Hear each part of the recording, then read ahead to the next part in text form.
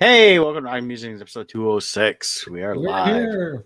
We are. We're live and alive. Yeah, normally this would be post Motor City Comic Con week. We'd be talking about how great a time we had, but we didn't have a Comic Con. But I did go to a ball game, so I had a good time. That's good. Yeah, Good stuff there. And the Tigers won, much to the chagrin of Brandy and Kevin, who are Cubs fans. Well, they can't. Not everyone can be perfect. Well, for them though, at least they may have saw the Tigers whip the Cubs in extra innings, but the Cubs did beat the Tigers on Friday and Sunday, so they did take the series for the weekend. So, Oh well, still fun. So, how was it to get out to a game though? Just in you general? know what? It was fun. It was nice to get out. Saturday was the first day of no masks required when you were outdoors. At the stadium and other places. Yes. So the only time we had to put a mask on is if we walked in one of the shops. I think technically the bathroom, but nobody's really doing that. So, but yeah, so that's basically the mask mandate has kind of been lifted. And a lot of places now are, if you are vaccinated, you can now not have to wear a mask when you go in. A lot of stores, Target, Meijer, and all of them are going that route too. I'm waiting to find out what SHIP says though. Yeah. Well, I can tell you for a fact, as an employee, I still have to follow what SHIP says. Right. And I can tell you for a fact, Meijer is not enforcing it. No, and they haven't. So, they haven't all year. No, they haven't enforced a mask mandate in a while. And as things have changed the last week and a half, I've noticed more and more people not wearing masks at the store. Of course, Texas went no mask 2 months ago, and now they're recording 0 deaths from COVID. Right. So all is good. So things are getting on the better, which is good. But it's nice to get to a ball game. We had a great time. I hadn't been to Comerica in a couple years. I've probably been, I think it had been about 4 or 5 years since I had been to a game. So I've been wanting to go for a while anyways. And of course, couldn't go last year because they didn't have any fans, but had a great time. Comerica is such a great park to hang out in. We had great seats on the third base line. Could see everything just fine. The screen, the billboard, and all that stuff was up really good. So, and the people working were happy to have fans back. Saw Paws walking around. So, all a good time. Good stuff. Yeah. And then we got to eat breakfast, Motor City tradition anyways, at the Breakfast Club in Farmington there. Very nice. I love that restaurant. Yes. Very good. And it was just as good as always. And you got your chocolate covered strawberries at the end. Yes, we did. Good stuff. Yep. Nice. So, and how was your weekend? You've been busy with real estate. It's been going on fire, man. It's been insane. We had a couple 3 closings this last week, and we got actually Jill right now is attending one of our closings. That's happening right now. We got another one lined up, a couple of them lined up this week and next week. So it's just been really busy. But we are noticing a lot of us I'll just go into the Team Titans pitch real quick here since I'm talking it. Let me pull it up here. But it really is, it may be shifting. We don't know yet.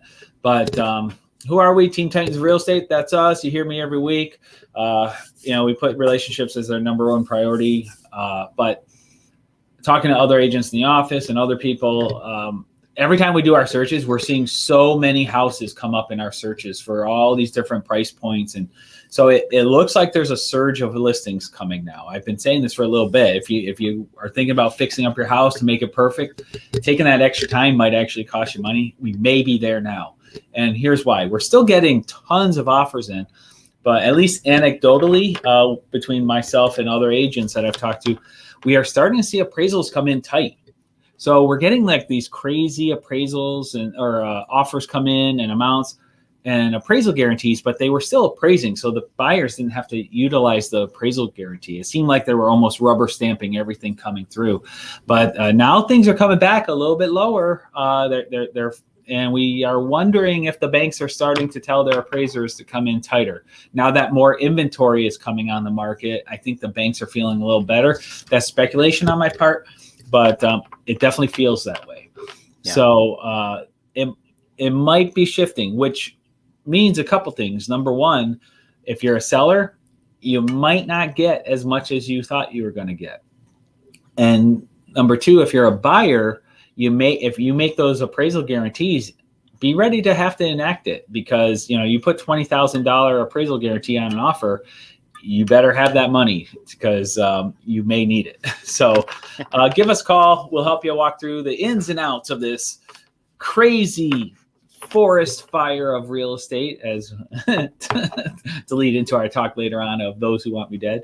But give us a call. 586-549-6096 is my number, and Jill Webler is 586-277-2145. And as always, you can go to our website that you see on the screen there at teamtitansofrealestate.com. Yeah. Now you talk about like fixing up homes. I mean, right now it's not even financially feasible because of the cost of wood and things like that. It's insane. Not just the cost, but the availability. Some realtors I know who specialize in new construction, they're saying that their builders are having to actually stop just because there's no materials. A local warehouse they called had, they needed some sheets of wood, like that compressed wood that they use like for subflooring and stuff like that. The entire warehouse had zero. Yeah. And everything's on stock. I've heard people getting granite are having trouble because what's happening is this trickle down effect, this shortage of workers, because everyone wanted $15 an hour. Now they're paying it, so everyone stopped working. I don't get it, but they're getting paid to stay home. So what's happening is $16.25 to stay home. So right. So these companies are trying to make product, but they don't have enough staff to make it.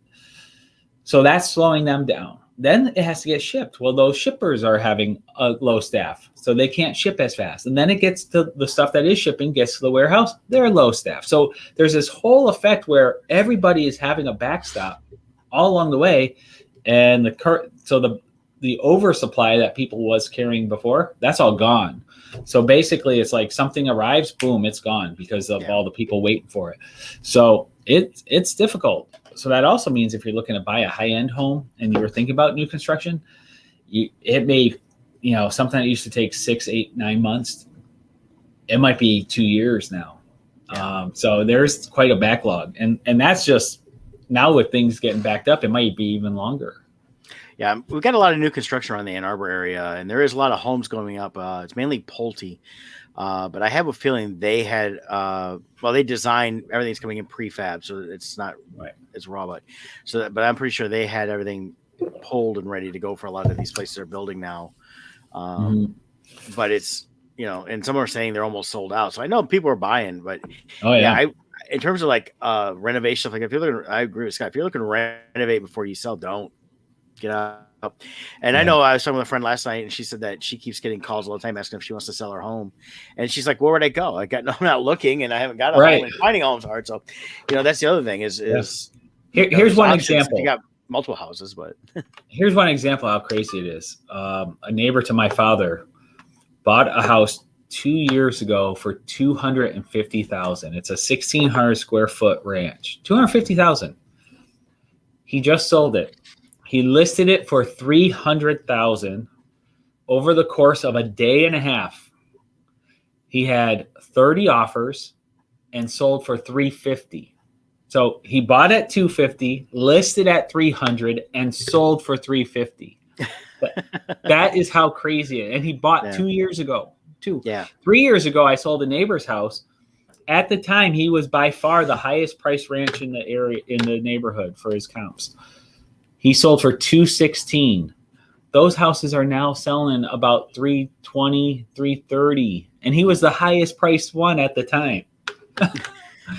It's like, it's insane. This kind of that's a 50% increase in price. Yeah, in 3 years. That's a lot. That's also a scary thought of how much it's gone up. Is the value going to hold, or is it going to be something that's going to crash down? Well, just as an economy as a whole, though, I mean, this is unprecedented inflation going on right now, and economies can't support that kind of inflation. Something has to happen to either level it out really quick or plummet it, one of the two. And usually one of the ways is in interest rates, but they're not doing that. So who knows? Yeah, until they change interest rates, and then we talk about workers. I know Michigan's now requiring those on unemployment to actually actively seek work, but they still haven't stopped the additional money on top of the normal unemployment. Yeah. So, and I think that's what's keeping people not as actively working right now. So, And then in other side news, if you have cryptocurrency, if you're relying on that for income, there's a major crash happening right now. How do I know? Because I finally decided to dip my toe in the market. After 6 months, everything's going up 14,000%. I finally dipped my toe in. Now I made a small contribution to cryptocurrency just to test it out. mm-hmm. And if I lose it all, I really don't care because I didn't go crazy on it. But I'm telling you this, the second I decide to invest, then Elon Musk starts tweeting anti-crypto stuff. He makes jokes on Saturday Night Live. He starts a plunge and it drops like 30%. Then it started coming back. And now, right now, as we speak, things are down like 40, 50% right now. It just started this morning. So things are like going crazy and crashing. Now, me personally, nothing is lost unless you sell. So Right. I invested this money with the intent of, hey, I might lose it. That's okay. This is just a fun little gamble. But it's crazy. I've been watching that last several weeks, and yeah, Elon's. I was telling my brother about this. I said he's playing games with the market because everybody's got his ear right now. He's like he comes out and supported Doji, and then he gets on Saturday Night Live and starts trashing it, and so it had gone super high. It was like 75 cents a coin or whatever it is, and then it dropped back down into the 50s. And then it was down in the 40s last I looked. I'm not sure where Doji's at today. Doji right now, I can tell you, I'm loading it up here. Mm-hmm. I got it on my app here. But because everything's so crazy, all the servers are bogged down. Yeah. So I was actually looking to buy a little bit more since everything is so far down. I thought, you know what? Don't think of it as a loss. Think of it as on sale. Yeah. So I was going to throw just a little bit more in there just for fun. But it's taken forever to load. So it's down. I can tell you percentage wise, it's down 31% from midnight. Okay. So when I bought it, it was at 50 cents. So what's that come out to? I'll just do the math. It's down to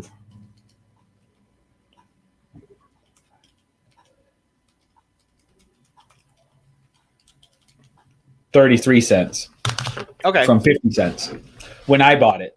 And I think I think you were saying 40 cents. And I think that was yesterday. I think it was at 40. That's a couple days I looked, it was like 40 cents. And and it's been very up and down like this for the last several weeks. As my brother and I have been talking about it, watching it. And, it's one of those things like right now. So everybody's selling it because of one thing. And then someone's going to say something like an Elon or someone else, and it's going to shoot back up again. So my thing is this: if you want to speculate, now's a good time to jump in. Yeah. Well, here's the thing. I mean, like the reason why I got in was, and it's so funny. This is so typical me. So talking to different people, they've been talking about this stuff. I'm like, I don't know, it's fake money. What is this crypto stuff? But it keeps going up. Bitcoin's been around since 2008, I think. Yeah. So, and you look at the history and it's been up like insane money. One Bitcoin was just when I got involved was $56,000 for one Bitcoin. Mm-hmm. It's now down to 35 since I invested. 35,000. Yeah. It went down a huge amount, and this is just the story of my life. So, well, it's because you jumped in during this whole craziness, and then it's going to go back up. Well, it's been, but this rise has been consistent nonstop for like 10 years. Yeah, well, Elon's doing the same thing. I got it. Yeah, Elon's doing the same thing the Redditors did with GameStop, and it's all hype, and it's all getting people involved. So now what's happening? It's selling. People are dumping it now. Well, that's the thing. Earlier, part of it too is you got a lot of people that bought lower, and so they've been dumping it and pulling the cash out, and so it's coming back down to where it was before, where it was stable. And stable Doji is going to be like around 25, 30 right now, and then slowly go up. But when it's those big, 30, 40 cent jumps, it doesn't seem like much. But when you drop $1,000 in, and it goes up 50%, well, you just effectively doubled your money. Right. Yeah, and that's the thing. And the problem with cryptocurrency is this. It's no offense to those of you investing, because technically I invest now too, so I'm one of you. So I can say this, I guess. But a lot of investors are idiots. Well, They are investing purely on emotion it's because and it's so easy zero. to invest now. You sign up for an account like Robinhood or one of Yeah, those, and you can easily just start investing. So it throws things off in the market where it used to be you right. had to deal with a But broker and things like that. but the So problem with it is it's all emotion based, and you have these cryptocurrency groups, and I've just been monitoring them, and everything is the sky is falling, and they all follow after him and jump off the cliff with him, or oh, this is the one to buy, and everyone runs over there, and so it's like this mass movement because someone, and just like Elon Musk, he did a simple tweet, and I mean, and everyone started jumping ship because he tweeted something, and it's like, guys, actually read up on these companies. If you think it's a solid company, buy it. yeah. Kind of like stocks, But if all you're doing is following whatever the herd mentality is on the internet, you're going to have these massive sways. So You got to do it smart, and that's the problem. So many people don't, and they think like right now, people that bought it like you did at 50, it's down to 30. They're selling it, going, "Oh, I've lost all this money." It's lost. No, you've only lost it when you sell it. right, The amount that you bought in terms of the number of shares is still there, and it's best just to wait it out. It's just like going to the casino. You put money in the machine, and you might be up for a little bit, and if you don't pull your money out, you could lose it all. right. But if you go down, you have your choice to continue to play or cash out at a loss. It's Right. That's all this is. It's just gambling. It's just but if you play, but this is different than an actual like a slot or something like that. You actually can pay. If you pay more attention and not touch your money, it could actually go back up. Oh yeah, definitely. Get your investment back, but you got to play it smart. And it's just like in any long-term investment, if you don't have the money to lose, you shouldn't invest in something like the cryptocurrency or just individual stocks. Exactly. You should dump it into a mutual fund and just let it sit and ride. And over time, the percentages show that they do gain. But going in the short term, it's like when people tell me that, oh, my 401k is down, like 20% or something like that. Anytime the market dips, we're never going to get it back.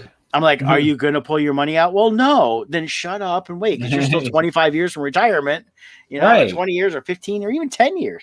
It's like, it's not going to matter, because it all corrects itself and goes back up. And that's where you say, oh, I'm not losing money. Everything's on sale. Maybe I'll buy some more because in 20 years when I do retire, what I pay now at the low price is really going to go up down the road. Yeah. I mean, we don't have things like, unfortunately, where the people that were investing in GM when it got really low before GM killed all their stock and everybody lost their investments. That's a rarity. But for the most part, if you see a stock, is solid and is down quite a bit, it's going to go back up. Yeah. Invest the money that you have to invest, not money you don't have. So, right. So that's exactly. Thing.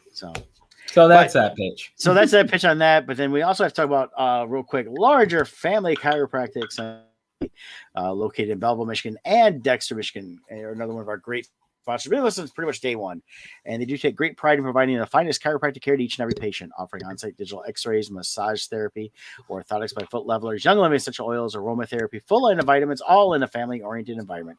You can give a call 734-697-4244. Visit them online at largerfamilychiropractic.com. We have a link at oddmusings.com for all our great sponsors, including our own company of Bardstone Publishing, which we're finishing up this last Kickstarter so we can get everything sent up to you guys on that. Scott, you're on the last coloring stage, right? I am actually. Yeah, I got a lot done this morning. Got up at 4 a.m. and I've been drawing away before the show. It's looking great. I think I'll be done. Well, it just depends on how much time I have today. Probably tomorrow. I'll probably be done tomorrow. Mm-hmm. And then I got to prep the pages. So my plan is hopefully Friday, have everything over to ready so I can get my artist proofs ordered and start getting that ball rolling. So I'm so excited for this. It's looking good. Yeah. So this will be the Plague Doctors and the Elephant Man joining our Crimson universe. Yeah, the best testimony I had was last night from a friend of mine, and she's not into comics, and but she supports our Kickstarters, and she goes, I really enjoyed that first issue of Crimson Shadows. I can't wait to read the second one. She goes, good. I was worried. She was worried about it being too gory. Yeah. While it technically is a horror comic, this is actually more that 30s style horror. Yeah. Like you saw in the classic Dracula, vampire, all those stuff is the gore is kept to a minimum. There's a little more thrown in for just some imagery, but you're not gonna see all this like slaughter and blood everywhere. So yeah, my goal was to make this kind of like maybe age 15 and up, 16 and up appropriate. Mm-hmm. I mean, honestly, if a 12-year-old were to read it, I don't think it's bad. You just got to use your own judgment. But I think 15, 16 is probably an appropriate age for what we're doing. There's no curse words. There was some suggestive scenes. There's a bear. There is a butt. There's a butt. There's a butt. There is a butt. Well, actually, there's also one female that's exposed when she's slaughtered. Yeah. But we try to strategically do shading to cover. In a lot of ways, this would be PG-13 in the 80s. Yeah. Yeah. Nowadays, it's considered Disney Channel. Yeah. Yeah. Yeah. But no, it's not bad. It's a fun story, and Scott's been crafting a great story. It's been fun to work on. And thank you. So we've got that. Yeah, that one going out. We're going to have new Kickstarters coming soon. Kevin keeps teasing us with these new pages for Poe Macabre #3. Yes. So that's going to be coming out. And then we've just been solidifying. So we're going to be at, we're going to get our list compiled. Yeah, we're going to start. Going to be at. So we're going to start creating on Bardstone's website, bardstone.com. As soon as I finish Crimson Shadows 2 here, I'm going to start putting together an online store. We're going to create a list of events so people can find us. We're going to create event pages within Facebook, and we'll link to those. So, if you want to place specialty orders that you can pick up at the show, you can. So we're going to start ramping up stuff to really try to be more connective. Like if you want to pre-order commissions, we'll be able to do that possibly, and things like that. So we're excited about what we're doing, and the hard part is there's only 3 of us, so and we all have regular jobs on top of it. So there's only so much time in the day, but that's what we're working on. Our goal is to have all these type of things up. Yep. But yeah, you're going to be able to see some shows here pretty soon. Gem City, Indiana Comic-Con. We'll be in Colorado Springs Comic-Con. We're doing Monroe Pop Culture. Kevin will be there, as well as same Indiana, weekend, Cincinnati. You got Indiana and Motor Kevin City, and I will be Kevin and I will be at Indiana. Scott's going to, with his partner Jill's going to do the Motor City Comic-Con. And then hopefully all of us will be at Akron Comic-Con. I know Scott and I for sure will be. Yeah, and if it works out for Kevin's schedule, he's going to come on out to Akron with us and that. So, yeah, got a few shows this year, so you guys can actually come and physically see us. If you missed out on certain stuff within a Kickstarter, you'll be able to catch up on that, as well as check out some of the previous stuff we published prior to Bardstone, because we'll have all that too. So it's gonna be a lot of fun stuff. So, yep, cool, good stuff. So we watched Bad Batch again. We had another episode this past week. Yes. It was a fun episode. It wasn't great, but I think this was a character building episode. Yeah, it was building the team and getting Omega. It was establishing that family unit, I think. Yes, which was very good. Yeah, it was a needed episode. But we also saw, we were seeing with the with Crosshair and him leading these groups, as that we just see. I wonder if we've seen now. We haven't talked about it. The birth of the death stormtroopers from Rogue One. Death Troopers. Oh, yeah. See what while they're regular conscripts now, along with Crosshair. There were the dark uniforms kind of look. I thought that immediately, and I've been reading up on it afterwards. A couple people speculated that too. I'm wondering if we're going to see how they came out, because they were, when they didn't talk normal basic, as they call it, and they didn't seem to be clones. They didn't seem to be human, so they were something else. And I wonder if we're going to see a mix of that in there. Because, I mean, Crosshair, he took out the one guy, but then the rest of them all fell in line and followed orders. Yeah, they're like, okay. So I think that's what this series is really going to do for us. We're going to see a lot of cool stuff, and we're seeing the birth of the rebellion. I think we're going to see we're seeing the creation of the empire at the same time. But these little things with the movies, we're going to see they're going to start interconnecting them more. Well, and talking about Rogue One, we also have Saw Gerrera in here as well. So he originally was in the Clone Wars series, and now they're moving him up into this series. So, yeah, I think you're definitely onto something on how, because we know Saw Gerrera learns about the Death Star in Rogue One. So there's definitely going to be some of that, and they could introduce even other people's like Jyn Erso's Galen Erso, her father, who creates the Death Star. We might get him in here. Who knows? Well, because as we know, he worked on the project prior to fleeing with his wife, who was a Jedi. They didn't get too much her Jedi origin or where she was at in that as a Jedi, but she knew about kyber crystals and then her robe, and that they always alluded she was a Jedi. But I think, like we've seen in a couple of the other expanded stuff recently, like the I don't know if you saw the Jedi Order game or Lost Jedi game or whatever it was. They have a Jedi in there, but she stopped using her power, suppressed them, so she no longer has her Force abilities. And that's something I think that was done by. I think we're going to see that more and more as they show that a lot of the Jedi that did flee and escape and went into hiding hid their powers and basically shut them off. Yeah, it'll be interesting to see what they do. It's been very good though, very enjoyable.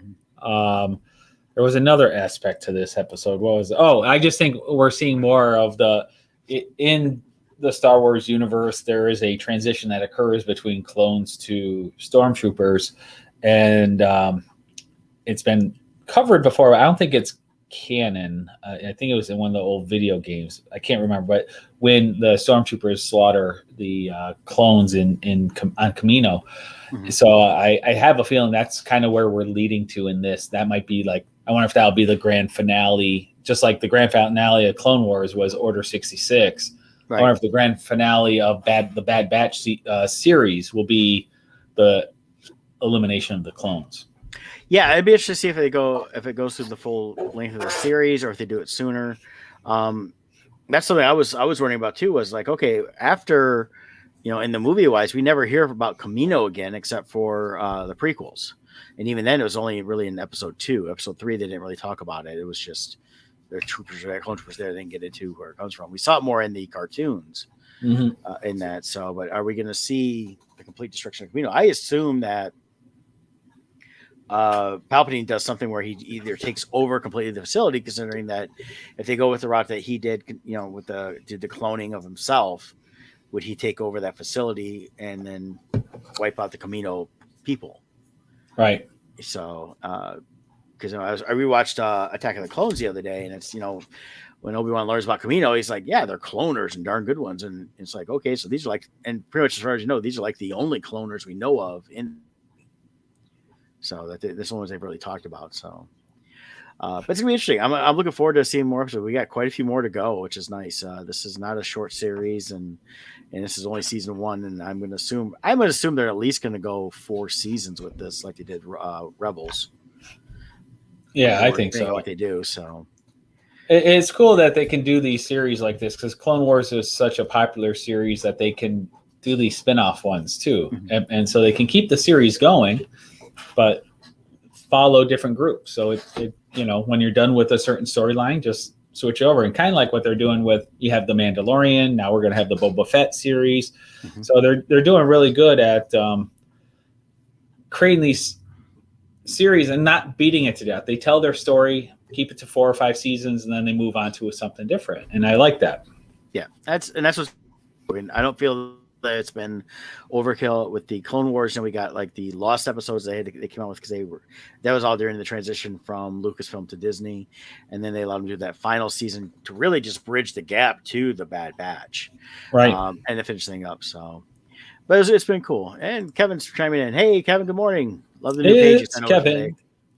So, but yeah, so I definitely enjoyed Star Wars Bad Batch this week. I look forward to this week's episode. Nice thing is they're not really telling us a whole lot of what's going on that too. And then you haven't finished the Jupiter Legacy yet, have you? I haven't even started it. So Oh, okay. that's on my to-do We're not even list. gonna get into that then. So Yeah, I ended up I got I'm sucked looking down that forward to road. it. I got sucked down that rabbit hole quick. It was one of the things. I'll watch an episode or two. Oh, I just went through 3, and then I got it. Now I got to see what's going on next. And I like the cast. It's a lot of people I've seen before in other things that are really good. Josh Duhamel's really good. What was he in? He looks so familiar to me. Josh Duhamel? Yeah. Gosh, he's done a bunch of stuff. I know. It's like driving me crazy. I can't put my finger on who he is. Well, he was married. I think he's still married to. No, he was married to Fergie. They're not married anymore. Was he? Yeah, I Really? just pulled up. Yeah, he was in movie Life as We Know It. He just did Buddy Games, which you can watch on Hulu. He was in what else was there? He did a couple of the Transformers movies. That's where he was. He was the military. Yeah, he was in the Transformers 2007 and The Last Night. And he's done a ton of movies in between, like When a Date with Ted Hamilton. He was on Las Vegas from 2003 to 2008. He's definitely been a working actor for quite a few years and just moved around. And you go through and he's got a ton of stuff that from anything from animation to live action, stuff like that. So he's got a lot of cool stuff. Every time I've seen him, I've liked him in different stuff I've seen. He's a good actor, good action hero guy. So he's good. And I like him in this. And he plays the character spanning basically 100 years. So is he Jupiter? He is no, it's the Utopian. That's the name of his character. I'll be honest with you, I'm not sure where they get the whole Jupiter part. I think it has to do with how they got their powers. But as far as I assume they were like the Greek gods coming back or Roman gods coming back. No, it's and they use that Jupiter Rising, and again, I may have missed while watching it because it was like I wasn't supposed to jump through it as fast as I did, where the term Jupiter Rising comes from. And I think it had to do based on how they got their powers, and when you see that, it kind of that's how I felt anyway. So, but yeah, so he's really good in it. And then girl that plays his daughter, I remember her from the second Big Fat Greek Wedding movie. She played the daughter in that. So I was looking at it going, I recognize this girl. And I couldn't tell you where. And I had to look her up. I was like, oh, it's been several years, but so she's growing up a little bit, and she's definitely an interesting character, as well as the son and all that stuff. So a lot of, and it's I liked how this series is presented. So I definitely recommend it. I don't want to get too much into it because I don't want to give any spoilers. But I thought the storytelling was top notch on this, and I'm now wanting to go back and read the graphic novels because this is the first of the Millar World Netflix deal. So this is there's 4 graphic novels with a 5th series, and they're all like 6 issues coming out next month at your local comic shop. So definitely check those out too. All right, awesome. Yeah, good stuff. Yeah, there's some good content coming out for those, and definitely it's interesting seeing all of these superhero things, but they all seem to be going kind of along the same lines of tone. So which this has a little bit of the boys, not as hardcore as the boys overall. But it comes from a different perspective. It's coming from a different perspective on how the heroes are their creed and code. And of course, it's a very much a Justice League Society style group, things like that. So it's kind of so I know Millar always kind of pulls, and it's not that hard to do. I mean, everything we see is just basic characters. When you're dealing like with the Justice Society or Avengers, things like that, when you pull stuff together, you just kind of put groups together. It's kind of the typical superhero. It's been done for well over 100 years now, almost. So. Oh yeah, they all, and even before, you can go back thousands of years. Basically, then you go to the Greek mythology, Hercules, and basically our modern day superheroes are just extensions of those characters from way back when. Right. There's only so many superpowers you can give to people. So, after a while, they all start blending together into. Until you get to the Mystery Men. I shovel really good. That's right. Yeah. Mystery Men is still, I love that one. It was so good. It's a very good one. Because what I like about it, you've got the great villains. You got the hero that wants to be the hero continue on, but he's sold out so much and got rid of everybody, so he has to create the situation. And then you have the up and coming wannabe heroes, which is, you see that dealt with even in comics. In comics though, like Marvel, DC, you get the minor heroes that end up in their own books, that don't necessarily work with the bigger teams, but then you get the like the Great Lakes Avengers versus the West Coast Avengers, things like that. And these are the minor heroes compared to the major world-saving heroes. So right, a lot of fun is that. So actually, hey, Doug, it's Doug. A really fun superhero one that I didn't expect to like, and I absolutely loved, was Megamind. Megamind was really good. Yeah, and it was such a different take on the main hero. And the villain.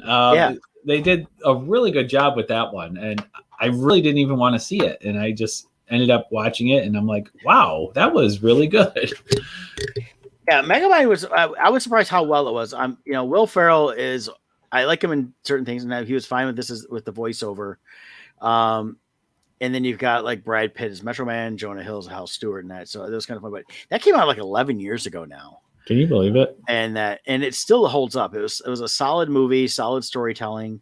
I think it was something I was surprised they didn't do more with, but it just didn't do as well, I think, as they thought it would, or right over the top.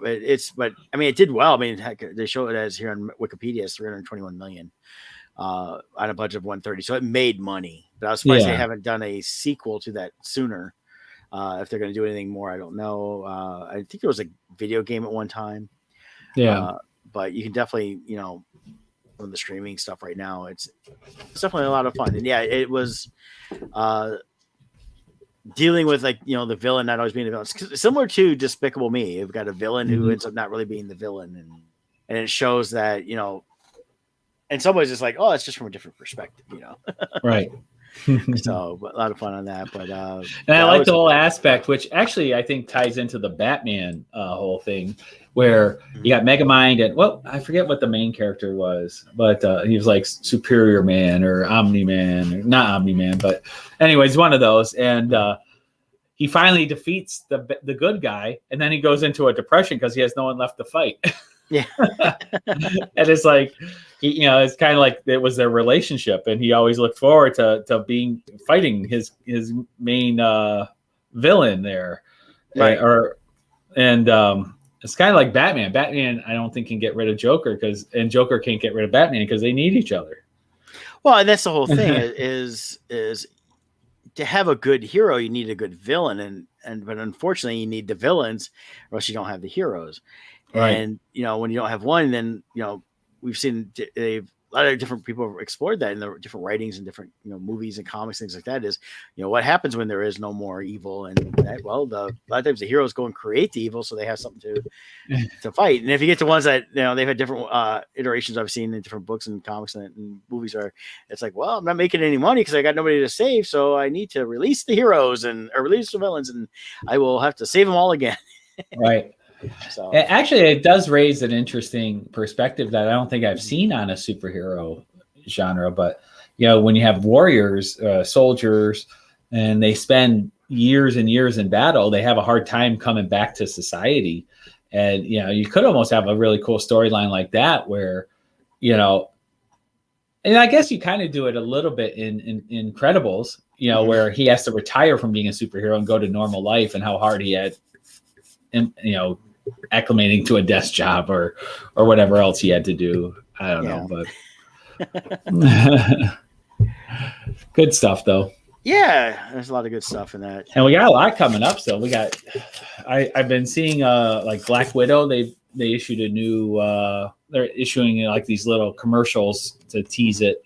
That's not far away. What is that? July 5th or something like that. Yeah, we're just under 2 months away now, and definitely looking forward to seeing that finally after waiting over a year for that. Yeah. So it's and there's starting to tease more of the. I saw the latest trailer for Loki.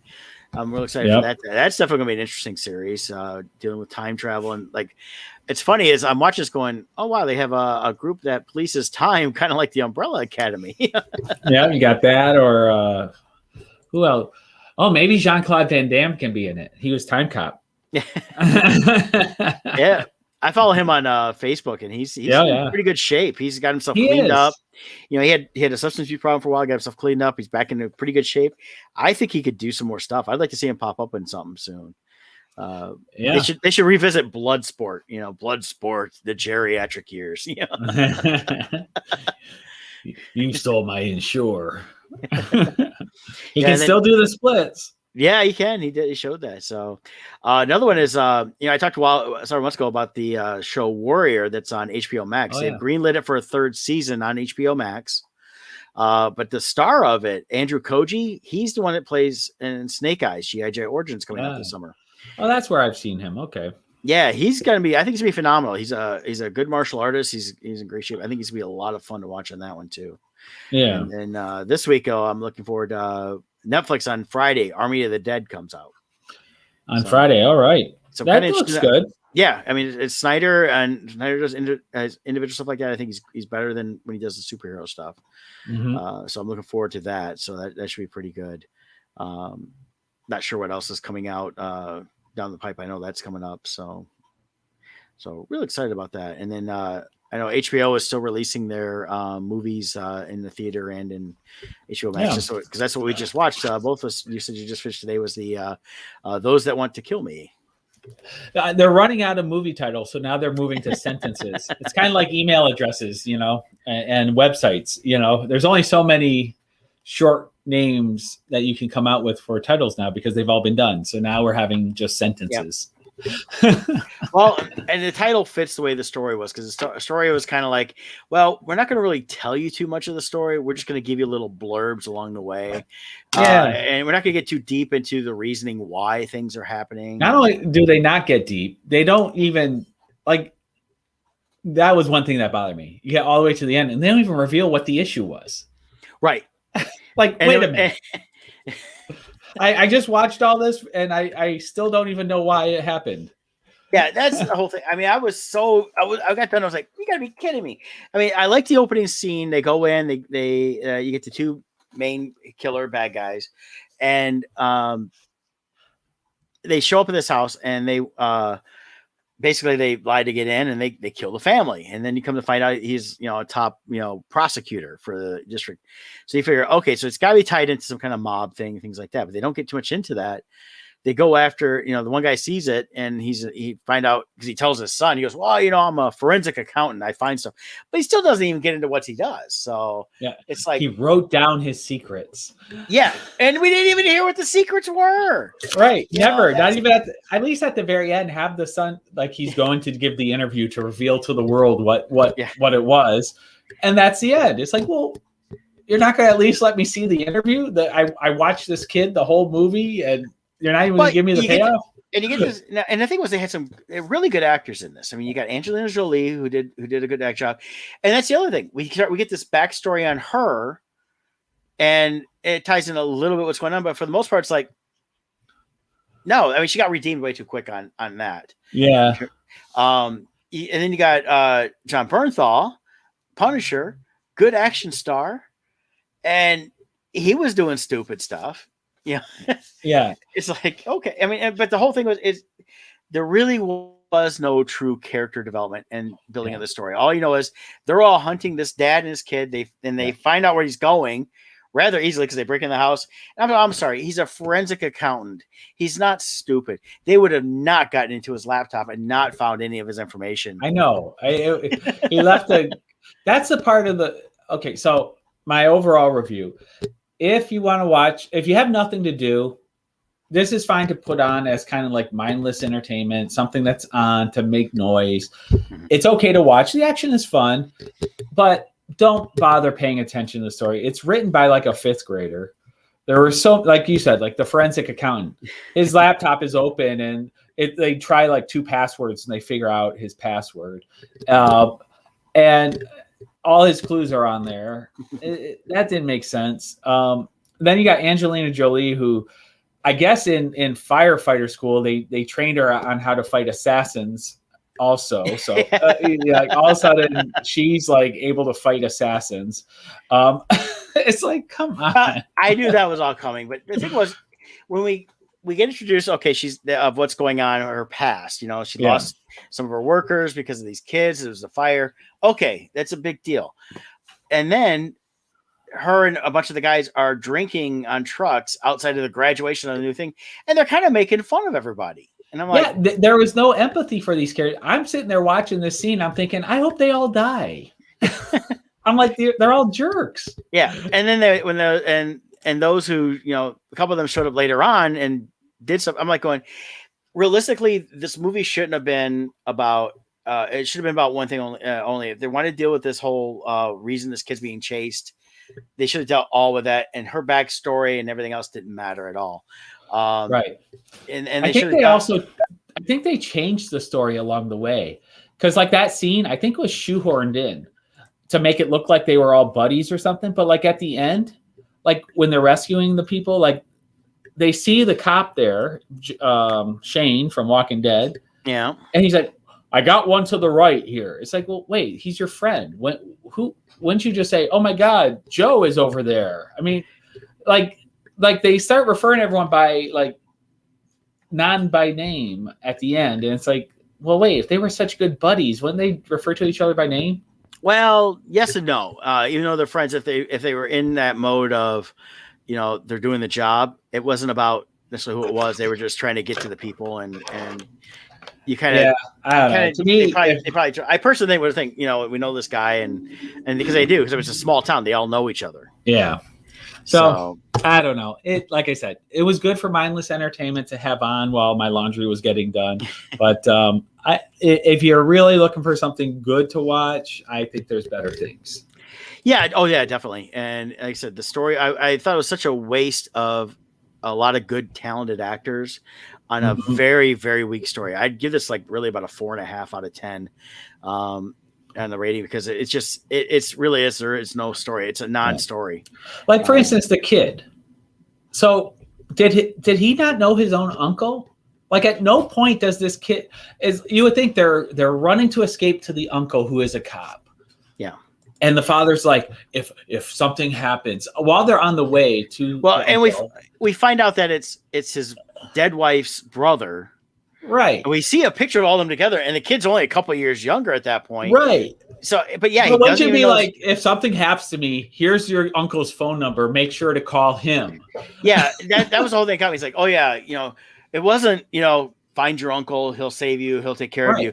It was follow creeks lead to streams lead to rivers lead to town, find and call a TV station. Yeah, there's a town 12 miles from here, but your uncle lives 2 miles from here. Don't worry about him. Just walk through the wilderness. Yeah. through and potentially get eaten by animals. Well, and even the whole ambush of when they end up killing the dad, you know, it was like, oh, come on, you know. Right. It's but like, and then when she finds the kid in the woods, wouldn't your first thing be, where are your parents? Instead, it's not till like 4 scenes later where she finally says, did something happen to your dad? It's like, when you found a kid wandering the wilderness on his own, wasn't there a clue that something might be wrong? Like, really? So like those kind of things are so dumb. And then the other thing was just the whole logistics of where the fire was occurring.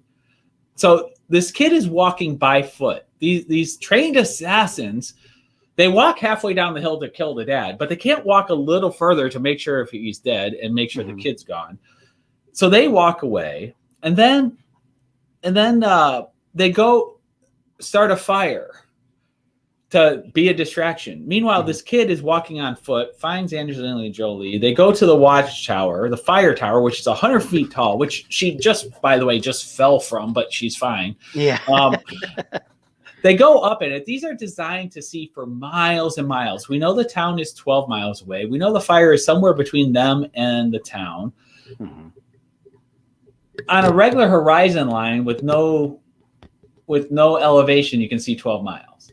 When you're up 100 feet, plus they design them on a hill, they're designed to see like 50 miles away. And there's this billowing smoke coming up, but somehow she doesn't see it from her fire tower. Yeah. And I'm like, oh, and the lightning, that drove me nuts. These towers they're designed to take thousands of lightning strikes a year. Yeah. They're designed to get hit. so that the lightning doesn't hit the trees around it. It takes one hit and all their equipment's fried. Yeah. It's like, what is this? Well, I pulled up the book. The book came out in Okay. 2014. I thought I read somewhere sooner, but it must have been a typo. Here's the premise of the book. I'm going to read this. Okay. This sounds like it would have been a much better movie in the long run. Okay. It starts out when 14-year-old Jace Wilson witnesses a brutal murder. He's plunged into a new life. Issued a false identity and hidden in a wilderness skills program for troubled teens. The plan is to get Jace off the grid while the police find the two killers. The result is the start of the nightmare. The killers, known as the Blackwell brothers, are slaughtering anyone who gets in their way in a methodical quest to reach them. Now all that remains between them and the boy are Ethan and Allison Serban, who run the wilderness survival program, Hannah Faber, who occupies a lonely fire lookout tower, and endless miles of desolate Montana mountains.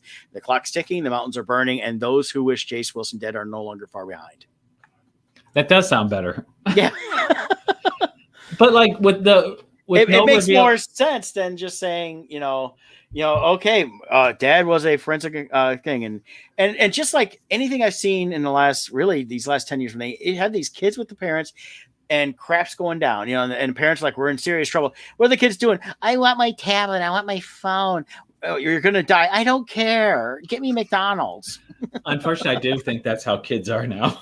Possibly, but in real life, I think the parents would go slap them across the face, say, you can stay here and die, or you can do what I tell you. Yeah. And then the kid calls social services on the parent, and the great social service taken. The kid will be alive in foster care while I run and hide.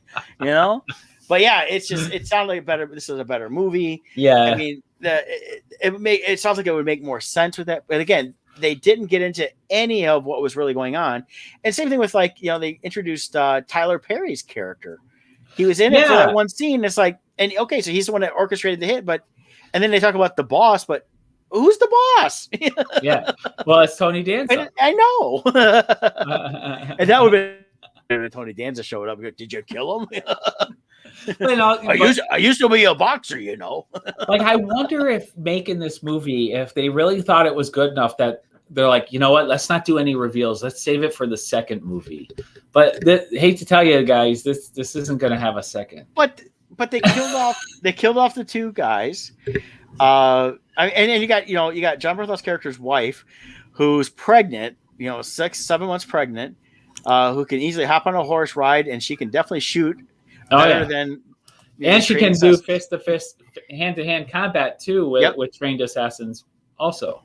Yep, but she can't bandage up and save her husband when he's bleeding. Yeah, it was right.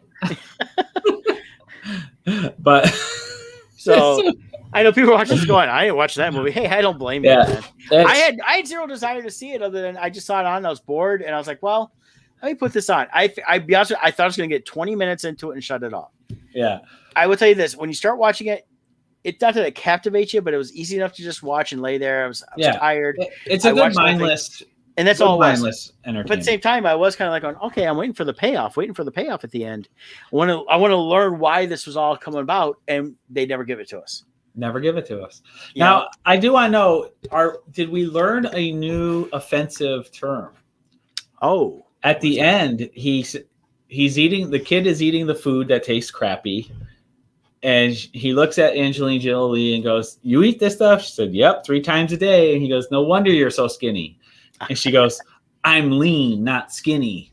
And it's like, yes. Wait, so now is it offensive to call someone skinny? Yes, it is. They're now lean. Yeah.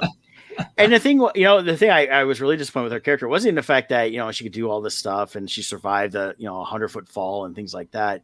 They made her look kind of cool. They had a decent backstory. And realistically, if her story had been, redeem herself as a firefighter with a fire and not dealing with, the kid like that, it might have been a better story. But they spent, half an hour of the movie of them surviving the fire. And none of that was even necessary to the plot, because they still had to fight off the bad guys who survived the fire, right? Or they didn't survive, but she got them, and then they, That brings up another annoying part. So they're going into the fire, and the kid she's like, run 100 yards, then take a left to the creek, okay? And first of all, like a kid is gonna know how far 100 yards is. That at that age, I don't know.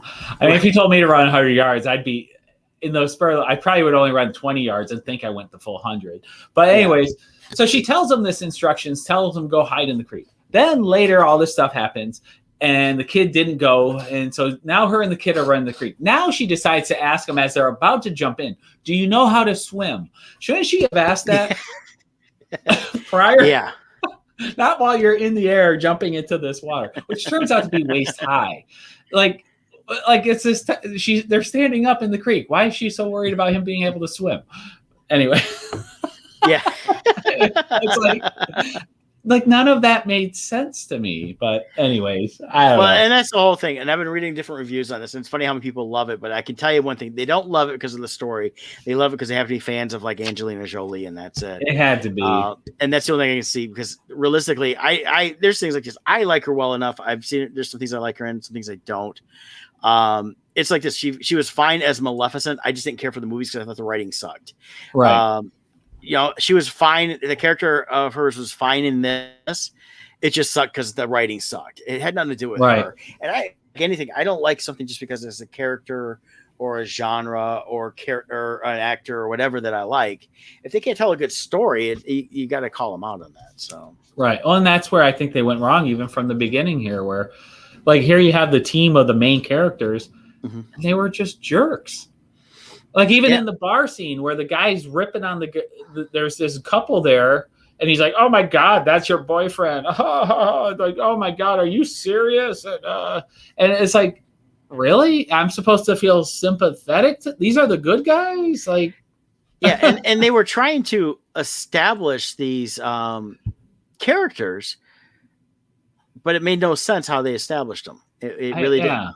It was, if this was all centering around, these fire jumpers as a story, dealing with these fires, dealing with some issues that you have, dealing with her fighting her issues she had the year before, losing her friends and everything else.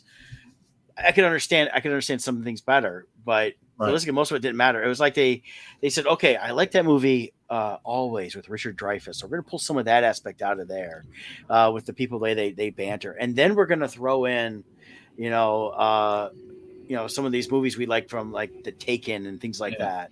Part of me wonders if this was intended to be a series, like they were going to do it as like a 8-episode series, and then last minute change it to a movie and had to like really compress the story. And it's like, okay, we got to like cut out 80% of everything to make it work, because it's so choppy, the story, and like it seems like they skip over stuff, like, so I don't know. Yeah, that's what I've been trying to figure out. It's like the person that directed it was Taylor Sheridan. I'm not familiar with Taylor Sheridan, and he is here we go. He's an American screenwriter, director, and actor. He worked on the FX series Sons of Anarchy. He portrayed David Hale in Sons of Anarchy and Danny Boyd and Veronica Mars. I think he's someone that said, "Oh, he optioned." I wouldn't be surprised he's not someone that just optioned the book and happened to know enough people to get the different stars involved and get the money together. And realistically, they just did not pursue the story right. He didn't write it. He tried to rewrite the story and.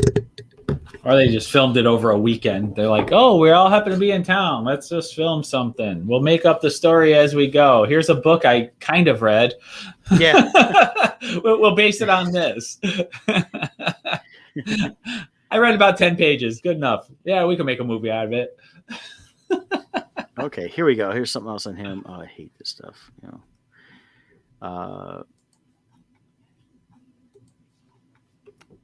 It's right. I hate when they do this. They're constantly blocking stuff when you want to read an article. But yeah, Taylor, he was nominated for an Oscar in 2015 for the script for Hell or High Water. And then looks like he's probably worth some money. Looks like he's buying this $350 million ranch. So, well, but he did. He also did that Yellowstone series on Paramount. Okay, and something else. So, so yeah, good for him. I mean, and this could be this thing here. Like, some of these guys go, I got money. Let's just, I want to make a movie based on this or something like that. And, right. And I think that's what it feels like. So, Fun. Yay. Check it out if you want. If not. And then Doug asked a question. Doug, yes, we did watch Invincible, and I believe we talked about that last week, didn't we? I think so. Yeah, we my brief review, loved it. A lot of fun. Yep. Looking forward to season 2. Yeah, and read the graphic novels if you hadn't. You're going to really enjoy those too. So, but hey, join us next week. We'll be talking some more fun stuff. A little Bad Batch, of course, because we got many weeks of that. We'll get an update on Bardstone as always. And anything else before we go, Scott? Nope. We'll just see. Well, let's see what happens with crypto between this week and next week. Yeah, it'll be interesting to follow that too. I think we'll start following this. The sky is falling. We're all gonna lose our money. I just watched that Chicken Little movie again. Remember that one? The little that was a cute one. Yeah, that was cute. It was on TV the other day, and saw that, and I don't know, just popped in my head. But anyways, very cool. All right, we'll see you guys next week.